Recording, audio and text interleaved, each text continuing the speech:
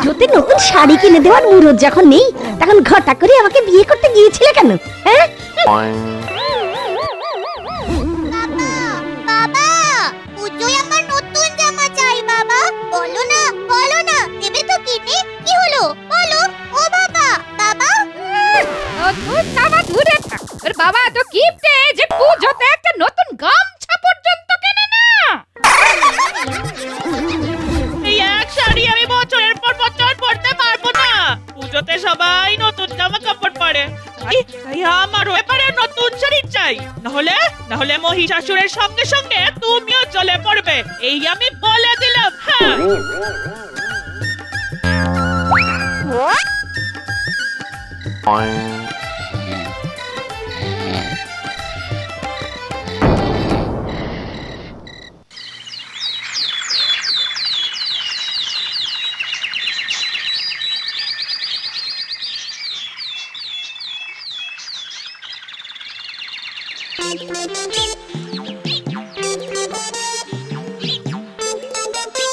ওই তো অনন্তরাম এসেছে। ও ভাই অনন্তরাম, একবার এদিকে এসো, এদিকে এসো। কি ব্যাপার চাষি ভাইরা, আজ তোমরা মাঠে চাষ না করে এখানে বসে গল্প করছো যে? গপ্প নয় ভাই, বিপদ থেকে বেরিয়ে আসার উপায় খুঁজতেছি। সে কি, কিসের বিপদ? বিপদের নাম বউ। হ্যাঁ হ্যাঁ, ওর থেকে বড় বিপদ এই দুনিয়ায় আর দুটো নেই। ঠিক বলেছিস, ঠিক বলেছিস। ও, কাল রাতে বউ আমাকে এত অপমান করেছে যে এখনো পুরোটা হজম হয়নি। বলে কিনা আমার নাকি নতুন শাড়ি কিনে দেওয়ার মুরদ নেই। ওদিকে তো আমার বউয়ের থেকে এক কাঠি উপরে আমার মেয়ে, হ্যাঁ, তার আবার পুজোয় নতুন জামা চাই, না কিনে দিলে কেঁদে মাঠ ভাসিয়ে দেবে। আর আমার বউ বলে কিনা পুজোতে নতুন শাড়ি কিনে না দিলে মহিষাসুরের সঙ্গে আমাকেও বিসর্জন দেবে। বুঝেছি, তা এসব তো আমাদের সংসারে গপ্প, সমস্যাটা কোথায়? আমাদের কাছে নতুন জামা কাপড় কেনার পয়সা নেই ভাই। সংসারের হাজার একটা ঝামেলা, এই জন্যই তো আমি বিয়ে করিনি, একা মানুষ সুখে আছি। তা তোমার সংসারে যখন টাকা পয়সার ঝামেলা নেই, তখন আমাদের কিছু করে পয়সা আর দাও না ভাই। হ্যাঁ, পুজো মিটে গেলে ফেরত দিয়ে দেবো। না, অন্তরা আমার নেড়া, একবারই বেলতলায় যায়। আমি আগেও তোমাদের টাকা ধার দিয়েছি, তোমরা নির্দিষ্ট সময় ফেরত দেবো বলেও দাওনি। আমাকে ক্ষমা করো ভাই, যাই, অনেক বেলা হলো, এবার কাজে লেগে পড়ি। চলি ভাইরা। দেখলি কেমন আমাদের মুখের উপর ঝামা ঘষা দিয়ে চলে গেল। আমাদের মধ্যে একমাত্র এই অনন্তরামই সুখে আছে। ওর না আছে সংসার, না আছে বউ। হ্যাঁ, তাই তোর কোনো চিন্তাই নেই। তা বলে আমাদের কে আধার দিবি নে, উল্টে দু কথা শুনিয়ে চলে যাবি? এ তো হতে পারে না। ঠিক বলেছিস। দাঁড়া, অনন্তরামকে দেখাচ্ছি মজা। কি করবি শুনি? শোন তবে।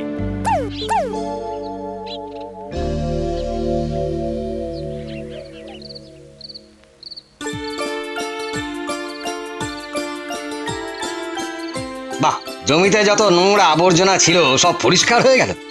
কাল থেকেই জমিতে লাঙল দেওয়ার কাজ শুরু করে দেবো।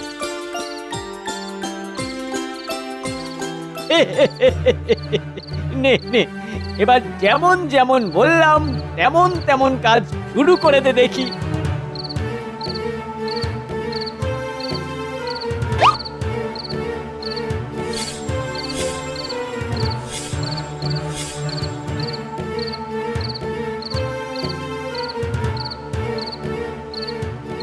সকালে না লাঙল দিতে এসে অনন্তরামের মুখটা কেমন দেখতে হবে, সেটা দেখার জন্যই তো আমার দুটো একেবারে ছটফট করছে।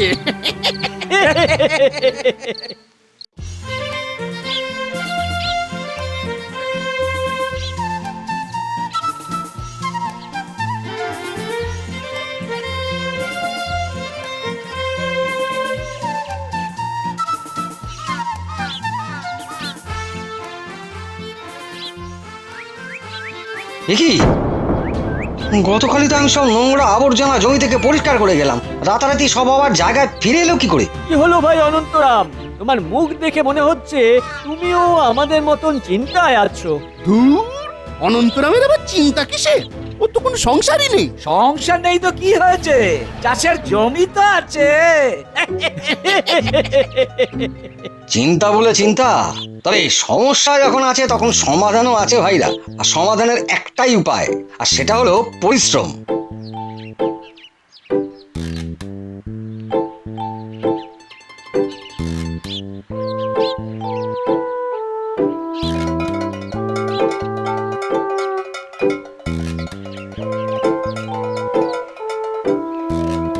আমার এই ভিডিওটা ভালো লাগলে লাইক কমেন্ট শেয়ার অবশ্যই করবেন সাবস্ক্রাইব করতে ভুলবেন না